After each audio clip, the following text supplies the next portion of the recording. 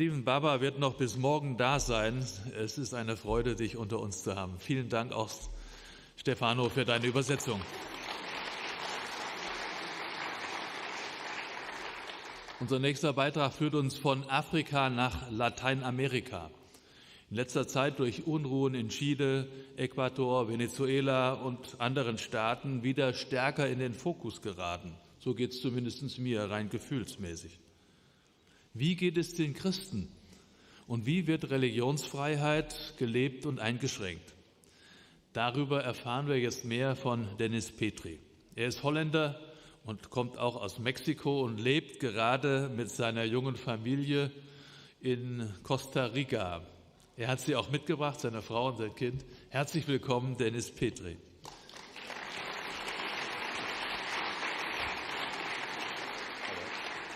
Er ist Direktor der Observatory of Religious Freedom in Lateinamerika. Übersetzt wird er von Ado Greve von Open Doors. Dankeschön. Schön, dass du auch da bist. Okay. Bitte schön.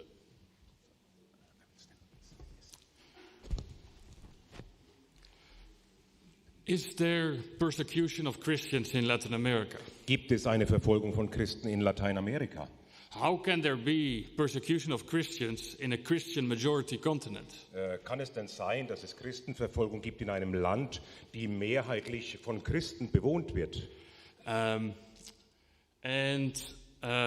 What is the specificity? Und was sind die Spezifika, dass Christen mehr oder anders verfolgt werden? The specificity of the persecution of Christians. Und auch die Spezifika, was die Verfolgung von Christen angibt, wie sie verfolgt werden. And how can there be persecution of Christians in a continent? Und wie kann auf einem Kontinent Christenverfolgung sein, where almost all countries are established democracies?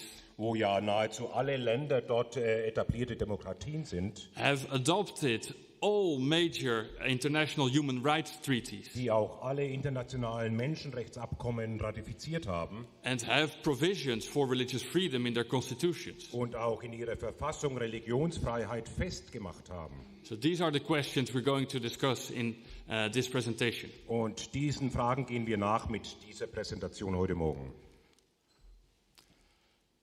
So let's start with a general overview of persecution in the world. Zuerst einmal ein allgemeiner Überblick zur Christenverfolgung weltweit. This is the World Watch List of Open Doors. Das ist der Weltverfolgungsindex von Open Doors, which is the most authoritative source on research on persecution of Christians. Das ist die aussagekräftigste Ressource zur Situation von Christenverfolgung weltweit. And here you can see the top 50 countries where faith costs the most. Und das sind die 50 Länder, in denen es am meisten kostet, für Christen Jesus nachzufolgen. And so you can see that 2 Latin American countries are also on this list. Und man kann sehen, es gibt auch 2 Länder aus Lateinamerika, die auf diesem Index stehen. Of course, they're at the bottom of the list. Sie sind relativ weit unten auf der Liste. They're not as high as, for example, Nigeria, which our brother shared about earlier Und today. nicht so weit oben wie Nigeria, von dem unser Bruder uns soeben berichtet hat. But nevertheless, you can see that Mexico and Colombia are part of the top 50. Aber wir sehen, Mexiko und Kolumbien gehören zu den 50 Ländern mit schwerster Christenverfolgung. And many people ask why. Und viele fragen, warum? Why? Because of the reasons I just mentioned. Und das sind die Gründe dazu, habe ich ja gerade genannt. And of course, there's not only persecution in Mexico and Colombia, but also in other countries of the region. Und nicht nur in Mexiko und Kolumbien gibt es Verfolgung von Christen, sondern auch in anderen Ländern dort in der Region. Here you can see a couple of other countries that are below the top 50. Es gibt hier noch einzelne andere Länder, die unterhalb dieser 50 Länder auftauchen. So we got Cuba with a rank of 59. Wir haben Kuba, Platz 59. And then Venezuela, Nicaragua, ranking 71 and 72. Und Venezuela 71 und Nicaragua 72. But even below the 40-point threshold, und dann auch Länder mit weniger als 40 Punkten, we have identified evidence of persecution of Christians. Gibt es Anzeichen von Christenverfolgung. But in general, persecution of Christians in Latin America is relatively invisible. Die Verfolgung von Christen in Lateinamerika ist nicht so sichtbar. So that's why it's important we have this presentation. Deshalb ist es wichtig, dass wir heute Morgen Einblick erhalten, So we understand what Christians in Latin America are going through. um zu verstehen, wie es den Christen dort in Lateinamerika geht. So in this presentation we'll look at three things. Wir betrachten 3 Dinge heute Morgen. So we will look first at the persecution of Christians in Latin America in general, providing an overview. Zuerst einmal ein allgemeiner Einblick und Überblick zu Lateinamerika und die Christen. And then we'll go into the debate about the specificity of the persecution of Christians. Und dann, was die Spezifika von Christen angeht und ihre Verfolgung. And finally, we will discuss some of the responses to persecution by Latin American Und Christians. schließlich werden wir auch eingehen auf die Reaktionen der Christen dort im Land auf Verfolgung. Which are major stories of faith that help us. Das sind Berichte des Glaubens, die uns helfen werden That inspire us. und die uns inspirieren werden. So let's start with an overview of persecution of Christians in Latin America. Zuerst einmal beginnen wir mit einem Überblick zur Situation von verfolgten Christen in Lateinamerika. Before going into the subject, I need to make some preliminary remarks. Und bevor wir ins Thema gehen, möchte ich eine einführende Bemerkung da machen. I would like to define what religion is. Ich möchte dazu definieren, was Religion ist. Now, among academics, there are many different definitions of religion. Natürlich gibt es im akademischen Bereich ganz unterschiedliche Definitionen. But I like this definition because it helps us understand what's going on in Latin America. Aber mir gefällt diese Definition, weil sie auch sich sehr gut anwenden lässt hier für Lateinamerika.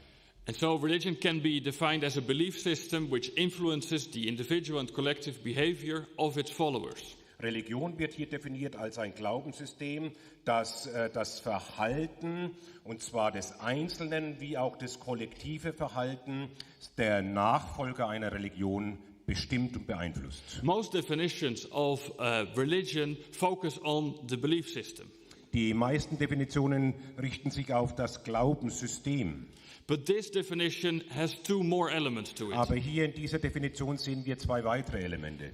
It says that this belief system is a source of identity, Es ist einmal eine Quelle der Identität, but it's also something that inspires the behavior of aber its followers. dieses Glaubenssystem inspiriert auch das Verhalten des Einzelnen sowie der Glaubensgemeinschaft. So we will see why this is important in Latin Und America. wir werden sehen, warum das so wichtig ist. So let's take a look at this graph, which basically unpacks this definition.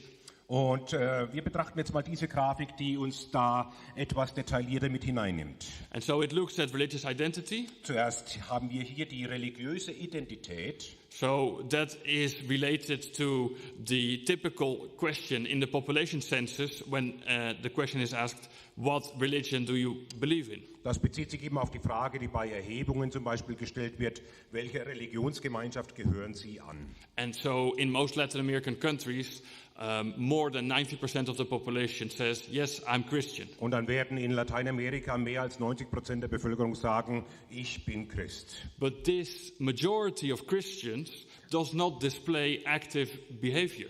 Aber diese Mehrheit der christlichen Bevölkerung zeigt kein christliches Verhalten. So when you look at religious participation, which is frequent church attendance, So, wenn wir dann einen Schritt weitergehen und die Teilnahme am religiösen Leben anschauen, we can see that less than half of the 90% who say they're Christian regularly attend church. dann sehen wir, dass weniger als die Hälfte dieser Menschen, die sich als Christen identifizieren, weniger als die Hälfte von ihnen nehmen tatsächlich am religiösen oder kirchlichen Leben teil.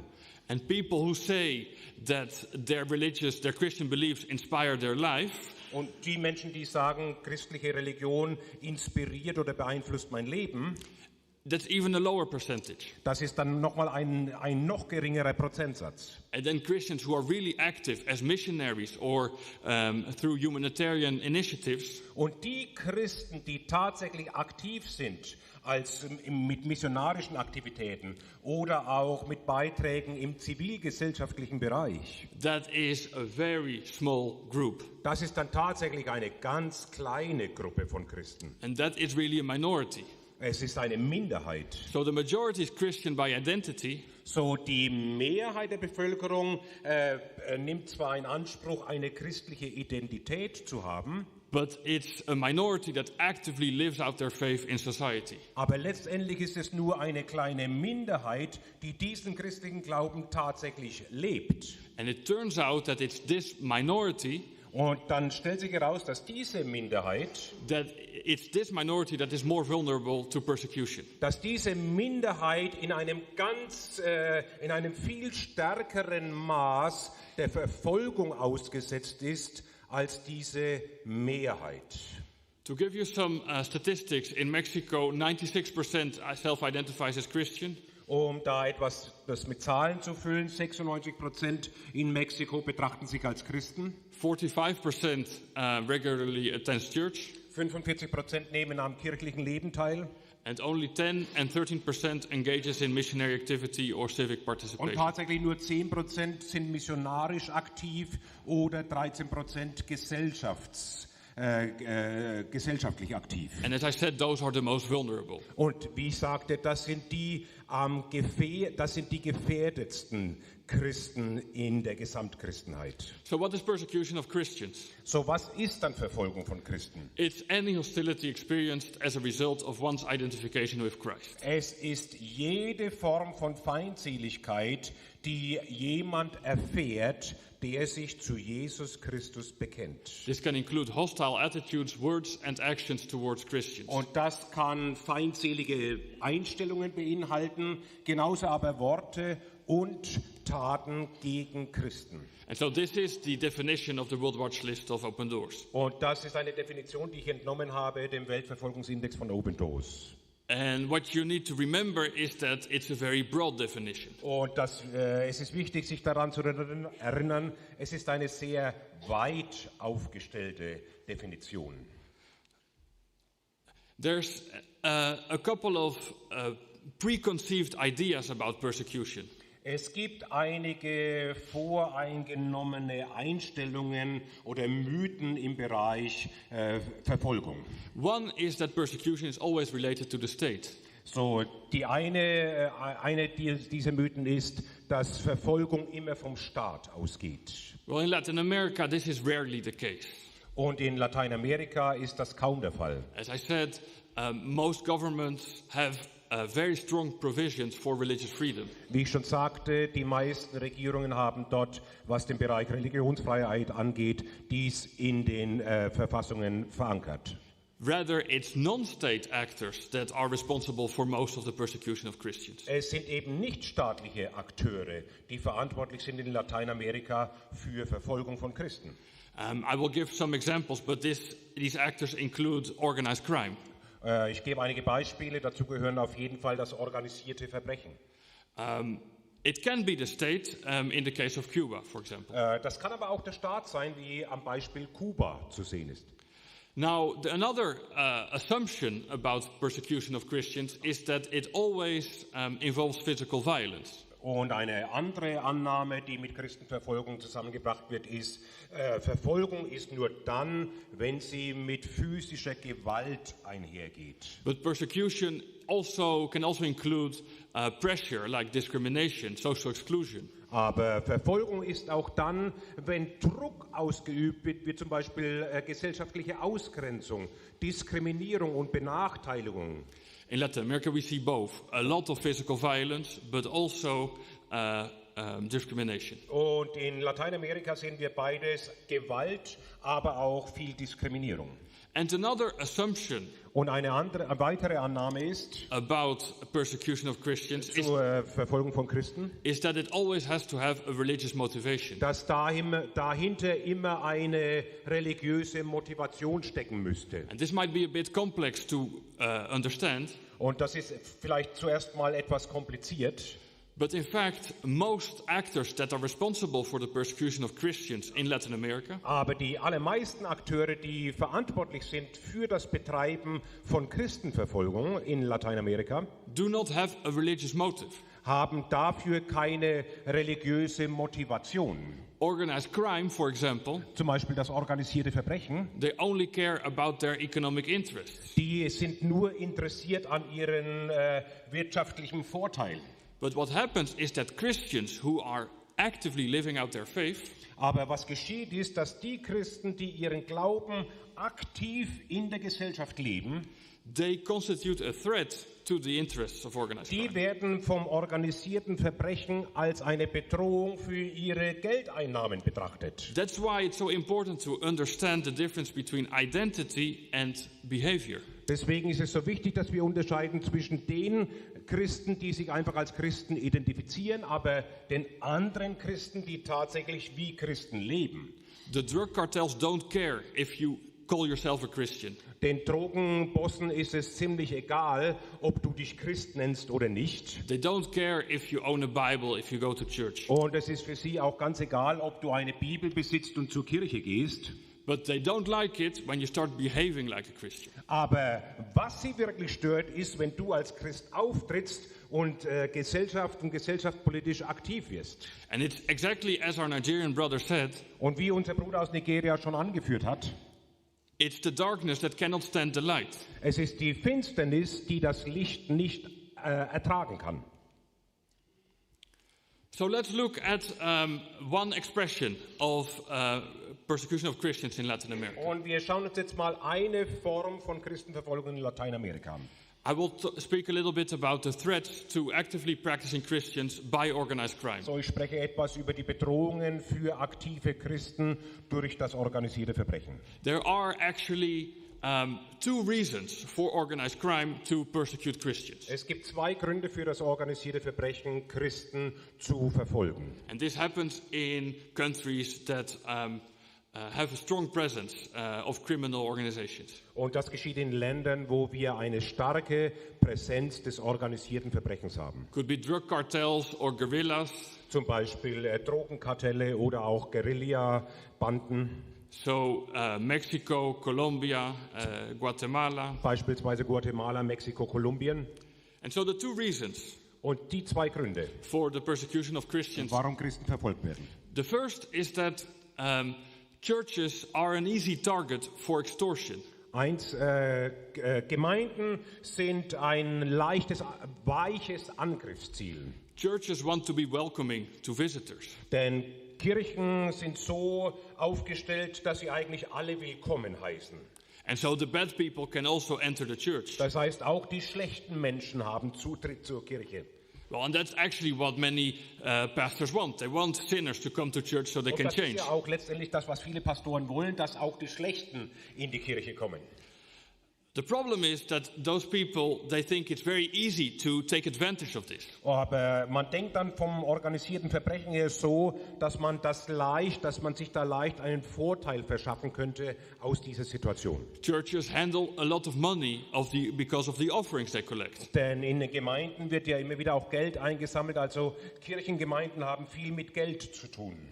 And so, and also Christians, they try to be nice and they don't really defend themselves when they are attacked. Auch ist es so, dass Christen sich in der Regel recht nett verhalten und oftmals sich dann auch nicht physisch verteidigen, wenn sie angegriffen werden. So the criminals know that and they go into the churches and extort the pastors. Damit rechnen und kalkulieren dann auch diese Kriminellen, um dann eben zum Beispiel zu erpressen.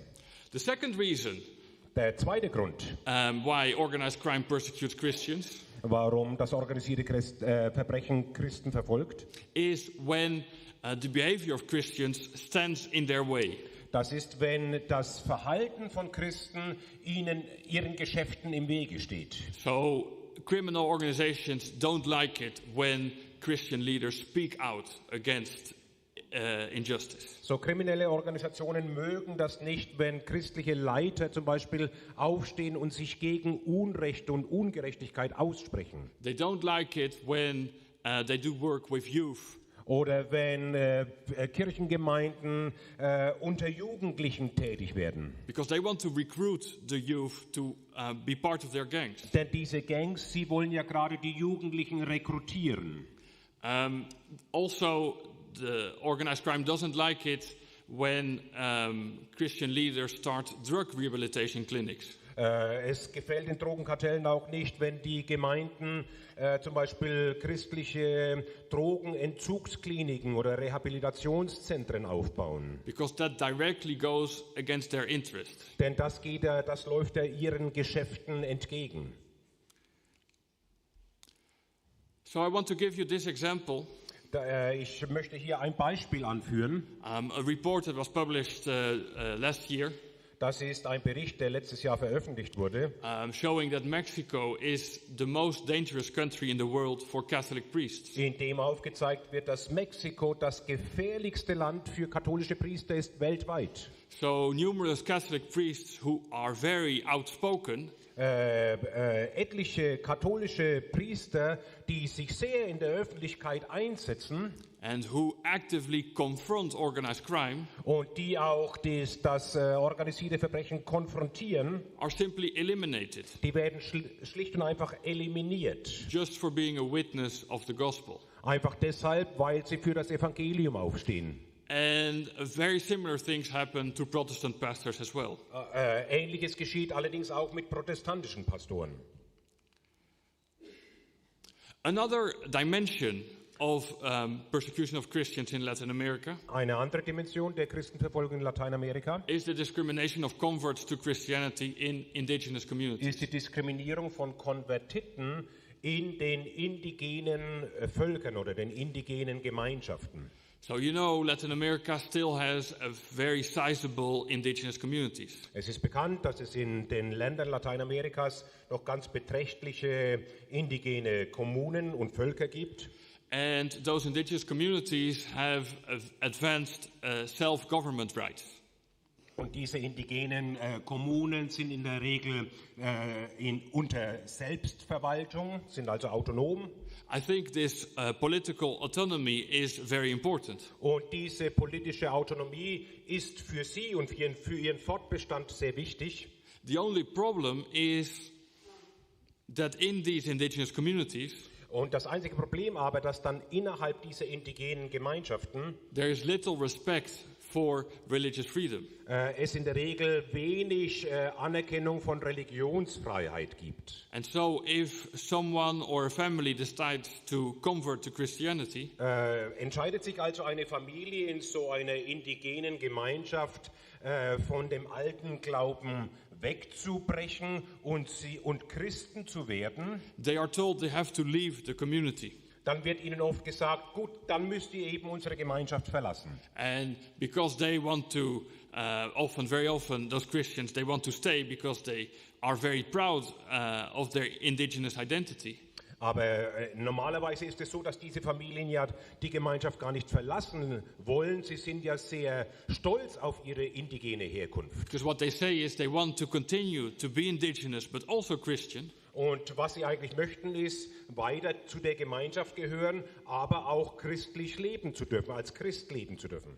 They suffer all kinds of reprisals. Aber sie erleben ganz, ganz unterschiedliche Zurückweisungen und Unterdrückungen. So electricity is cut off, water is cut off. Zum Beispiel, dass ihnen eben der Zugang zu Wasser verwehrt wird. They are beaten, they are tortured. Sie werden zusammengeschlagen, sie werden gefoltert. And eventually also they are victims of forced displacement. Und nicht selten ist es dann so, dass sie letztendgültig vertrieben werden aus der Gemeinschaft.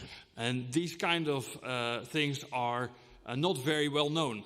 Und darüber gibt es leider nicht so viel Wissen im Allgemeinen. So it's important we talk about it. Und deswegen ist es wichtig heute Morgen, dass wir darüber sprechen. This is an example of a sign that's on the entrance of an indigenous community in Chiapas in the south of Mexico. Das ist ein Schild im Süden von Mexiko, in Chiapas, und das weist darauf hin, auf die Unterscheidung oder Ausgrenzung von bestimmten christlichen Religionsgemeinschaften. And what it says basically that missionaries of other religions, as they call it, are not allowed to enter this community. Okay, hier heißt es, das ist praktisch eine katholische Gemeinschaft und Priester und Angehörige einer anderen christlichen Gemeinschaft ist der Zutritt zu diesem Bereich hier verboten. And so they will be put in prison if they enter. Und würden sie aber trotzdem sich Zutritt verschaffen, dann landen sie im Gefängnis. So this happens in a community. So das geschieht also in einer Kommune. That's part of a country where there is freedom to evangelize. So das ist so was that a Catholic background here? No. It's indigenous background. Okay, dann habe ich was Falsches gesagt, muss ich korrigieren. Also das war keine katholische Gemeinschaft, die dieses Schild aufgestellt hat, sondern eine indigene Gemeinschaft. Und es ist Missionaren, Pastoren und Anhängern eines christlichen Glaubens verboten, in diese indigene Gemeinschaft hineinzugehen. Würden sie das machen, dann würden sie ins Gefängnis geworfen werden. Okay. Yeah. Now let's look at state-sponsored persecution. Jetzt staatlich unterstützte Verfolgung. This is a reality in the only communist country that is left. Das ist eine Realität in dem einzigen kommunistischen Land in Lateinamerika. The island of Cuba. Das ist die Insel Kuba. But similar things are also happening in other countries that somehow implement part of the communist handbook. Aber auch in anderen Ländern geschehen diese Dinge, die man auch im kommunistischen Handbuch nachlesen kann. So think of Venezuela or Nicaragua. Zum Beispiel Venezuela, Nicaragua. So what happens in those countries? Was geschieht dort? Well, Christianity is now tolerated. Christentum wird zwar toleriert, but restricted. aber es wird eingeschränkt. So churches are allowed to exist. Gemeinden dürfen zwar bestehen, but they cannot really grow. Aber Wachstum ist für sie kaum möglich. Evangelism publicly is also not possible. Öffentliche Evangelisation ist nicht möglich. Preachers need to be very careful what they talk about. Und Prediger müssen sehr vorsichtig sein, was sie in der Öffentlichkeit sagen. Because if they are caught saying anything that criticizes the government, they will be shut down. Würden sie irgendetwas sagen, was die Regierung kritisiert, dann würde das Probleme bringen für sie. And the long tradition, Christian tradition of humanitarian work. Und die lange Tradition der christlichen Kirchen von humanitärer Arbeit, so the schools, the hospitals, also zum Beispiel Bau von Schulen, Unterhalt von Schulen, Krankenhäuser, that's impossible in Cuba. Das ist in Kuba nicht erlaubt. It's only the state that is allowed to do that kind of work. Nur der Staat bietet solche Dienste an. So this is an example of a friend of mine. Das ist ein Beispiel von einem Freund von mir. A Cuban pastor who was arrested. Ein Pastor in Kuba, der verhaftet wurde. Because he was very vocal about his faith. Er hat seinen Glauben gerne nach außen getragen. And because he criticized the government. Und er hat auch die Regierung öffentlich kritisiert. He's now living in exile. Jetzt lebt er im Exil. So let's look at a couple of reasons for the specificity of the persecution of Christians in Latin America. Und jetzt wollen wir uns anschauen, was sind denn die Spezifika, was die Verfolgung von Christen angeht. What makes Christians different? Was ist bei der Verfolgung von Christen anders im Vergleich zur Verfolgung allgemein im Land oder Kriminalität allgemein? So the first aspect you need to remember is that only actively practicing Christians are at risk. Zuerst, wir halten noch mal fest, nur aktiv lebende und praktizierende Christen stehen in Gefahr. So the majority of nominal Christians, die Mehrheit der eben Namenschristen, are not really threatened. Die sind eigentlich nicht bedroht von Verfolgung. But those who actively practice their faith are. Aber die ihren Glauben leben und sich einsetzen, die sind bedroht. And this cuts across all Christian denominations. Und das geht durch alle unterschiedlichen christlichen Denominationen durch. There is little unity in the church in Latin America. Es gibt leider nur wenig Einheit zwischen den Kirchen in Lateinamerika. But those divisions, they stop when people get active. Aber diese kleine Gruppe der aktiven Christen, dort spielen denominationelle Unterschiede keine Rolle mehr. Die arbeiten zusammen. They work together, exactly. Die arbeiten zusammen. So, evangelism and social work threatens the interests of the powers that be. So, Evangelisation und Sozialarbeit bedroht die Interessen der Mächte dort im Land, die herrschen. So the drug cartels don't like it when pastors work with young children. Also Drogenkartelle zum Beispiel, die mögen das nicht, wenn Pastoren mit Kindern arbeiten. It threatens their influence. Weil das ihre Einflussnahme einschränkt. Or with drug addicts. Oder wenn Kirchen mit Drogenabhängigen arbeiten. It threatens their business. Das stört das Geschäft der Drogenbosse.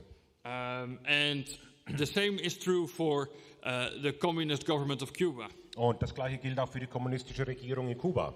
Because basically the government is in competition with the church. Die Regierung betrachtet sich selbst als in Konkurrenz stehend mit den Kirchen. They don't like it that more people go to church. Es passt ihnen nicht, dass mehr Menschen in die Kirche gehen, than to the meetings of the Communist Party. Als zu den politischen Versammlungen der kommunistischen Partei. And large gatherings of people, such as church services, attract attention. Und große Gemeindeversammlungen zum Beispiel erregen wirklich Aufsehen und die Menschen kommen.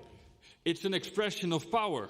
Es ist auch ein Ausdruck von Macht. So it's a statement against the powers that be. Und ist natürlich auch in dem Sinn ein Statement gegen die bestehenden Gewalten und Mächte. And the powers of darkness, they don't like that. Und natürlich auch gegen die finsteren Mächte im Hintergrund, denen das nicht gefällt. As I already mentioned, churches are seen as revenue centers. Und wie ich schon erwähnte, Kirchen werden gesehen als Orte, wo Geld eingesammelt wird. So, because they are easy targets for extortion. Und das macht sie natürlich verwundbar für Erpressung zum Beispiel. Christians need to be meek. Und Christen sind ja auch angehalten, sanftmütig zu sein. But maybe they are being too meek sometimes. Aber vielleicht sind sie auch manchmal zu sanftmütig oder an der falschen Stelle sanftmütig. And sometimes it's necessary to employ private security at the entrance of churches. Und so ist es manchmal auch notwendig, dass eben private Sicherheitsdienste angestellt werden müssen, um den Kircheneingang zu bewachen. That's just a thought. Und das ist nur ein Gedanke. The powers that be dislike the prophetic voice of Christian leaders. And die herrschenden Mächte, bestehenden Mächte sind nicht einverstanden mit der prophetischen Stimme der Kirche. So anyone who criticizes those powers, whether it's the drug cartels or the leaders of indigenous communities or the Communist Party, wer immer sich ausspricht gegen die Regierung, gegen die kommunistische Partei, gegen die herrschenden Drogenbosse, is silenced, der wird zum Schweigen gebracht. Yeah. And what is very special about Christians, und was noch besonders bei den Christen zutrifft, is their moral influence. Ist ihre moralische Einflussnahme. The moral influence they have on their congregation. Die sie haben für ihre Gemeindeversammlung. Human rights activists and journalists also have influence. Auch Menschenrechtsaktivisten oder Journalisten haben einen gewissen Einfluss. And they also suffer. Und auch sie werden angegriffen. But what's very special about Christian leaders, aber was ganz besonders jetzt auf christliche Leiter zutrifft, is the spiritual and moral influence they have in society. Ist, dass sie gesellschaftlich einen moralischen und geistlichen Einfluss haben. Christianity is also a model for an alternative life.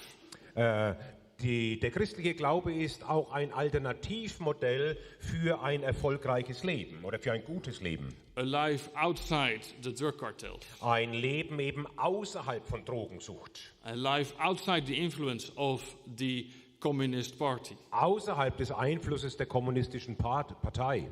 The possibility to be indigenous but Christian at the same time. Und eben zum Beispiel auch der Möglichkeit, dass man Teil eines indigenen Volkes ist, gleichzeitig aber auch Christ. So these are reasons that make Christians different. Und das ist der Grund, warum Christen sich, was Verfolgung angeht, abheben. So let's now finish on a few responses to persecution. Und wir kommen zum Ende mit den Reaktionen von Christen auf Verfolgung. This is an example of spiritual endurance. Das ist ein Beispiel für geistliches Ertragen oder Aushalten. This is the testimony of a girl. Das Zeugnis eines Mädchens. I could only give her a number. A number. Okay, sie hat nur eine Nummer hier. Because of security reasons. Aus Sicherheitsgründen. Kein Name gegeben. And so the code I use is MX27. Und der Code hier MX27. MX for Mexico. Für Mexiko. And 27 because she was the 27th person I interviewed in 2014. Sie war die 27. Person, die ich interviewt habe 2014. She is a Christian. She was 16 years old at the time. Sie ist Christin, sie war zum Zeitpunkt des Interviews 16 Jahre alt. And she happened to witness Und sie war Zeuge a raid by a very violent drug cartel. Von einer Vergewaltigung, die geschehen ist durch ein sehr gewaltsames Drogenkartell. This drug cartel is called Los Zetas. Dieses Kartell heißt Los Zetas. And they adhere to a very violent cult. Und die sind Anhänger eines sehr gewaltbeladenen Kults. Called Santa Muerte, Holy Death. Der Kult heißt Santa Muerte, also heiliger Tod. And so they use violence not only because they want to promote their economic interests, it's a drug cartel. Sie benutzen Gewalt nicht nur aus dem wirtschaftlichen Interesse heraus, dass sie durch Gewalt sich eben Einfluss verschaffen und Macht ausüben, but also because it's an expression of their satanic cult. sondern Gewalt ist für sie auch Ausdrucksweise dieses satanischen Kults, dem sie anhängen. So because this girl had seen too much, Weil dieses Mädchen schon zu viel miterlebt hatte, she was kidnapped. wurde sie entführt. And what she did was she stood in the authority of her faith. Und sie stand auf in dieser Situation in der Autorität ihres Glaubens. And she told the drug cartels, Und sie wandte sich dann an dieses Drogenkartell you're not going to touch me. und sagte diesen Männern, ihr werdet mich nicht anrühren. You're not going to hurt me. Ihr werdet mir kein Leid zufügen And you're not going to rape me. und ihr werdet mich nicht vergewaltigen. And she was released. Und sie wurde freigelassen. So this is a very powerful testimony. Das ist also ein sehr machtvolles Zeugnis. Again, it's a story of the power of the light against the darkness. Und erneut ist es auch ein Bericht und Beleg für diesen Kampf Licht und Finsternis. It is possible to respond to persecution. Es ist möglich, gegen Verfolgung aufzustehen. And this is a testimony. Und das ist ein Beleg dafür. Another testimony. Ein anderes Zeugnis. Dem Herrn sei Dank.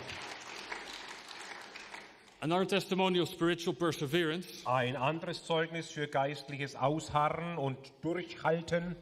This is the story of a lady Das ist die Geschichte einer Frau, who is actively practicing her faith. die ihren Glauben aktiv lebt. And what she does is she promotes Christian education. Und sie setzt sich ein für christliche Erziehung. She starts Christian schools inside an indigenous community. Und sie startet christliche Schulen in indigenen Gemeinschaften. Because she believes that Christians should have Christian children should have a Christian education. Weil sie der Meinung ist, dass christliche Kinder auch eine christliche Ausbildung haben sollten. And she does not agree Und sie stimmt nicht überein, that Christians should be learning about witchcraft and other things that are part of this indigenous damit, community. dass eben Kinder in indigenen Gemeinschaften dann dort über Zauberei lernen müssen und über Hexerei. And so she has faced many problems for her work Und so hat sie viel Widerstand erlebt für ihre Arbeit by the indigenous authorities. durch die Verwaltungsführer dort in den indigenen Gebieten. But in addition, Zusätzlich, one day the guerrillas of the FARC, you remember the FARC were active in Colombia, und eines Tages kam diese Guerillagruppe, die FARC, and they stormed into her classroom sie sind in ihr Klassenzimmer hineingestürmt and they took all the children away. und haben alle Kinder entführt. to recruit them as child soldiers. Um sie als Kindersoldaten zu rekrutieren. This is very tragic. Das ist sehr tragisch. But the positive in this story Das Gute an dieser Geschichte is that this woman always continues. dass diese Frau trotz dieses Vorfalls nicht aufgegeben hat. She never gives up, Sie hat niemals aufgegeben and she is setting up other schools all the time. und sie gründet weitere Schulen und lässt sich davon nicht aufhalten. So I want to finish here. Und ich möchte jetzt hier abschließen. I would like to invite you to visit the website of the organization I work for. Ich möchte Sie einladen, wenn Sie die Website der Organisation besuchen möchten, für die ich tätig bin. So it's the Observatory of Religious Freedom in Latin America. You can find a lot of information there. Das ist die Beobachtungsstelle für Religionsfreiheit in Lateinamerika. Dort gibt es viel Information. And if you want information about persecution of Christians in general, Wenn Sie Informationen haben möchten über Christenverfolgung allgemein, I recommend you visit the website of Open Doors. dann möchte ich Sie dazu einladen, die Website von Open Doors zu besuchen. Thank you. Vielen Dank.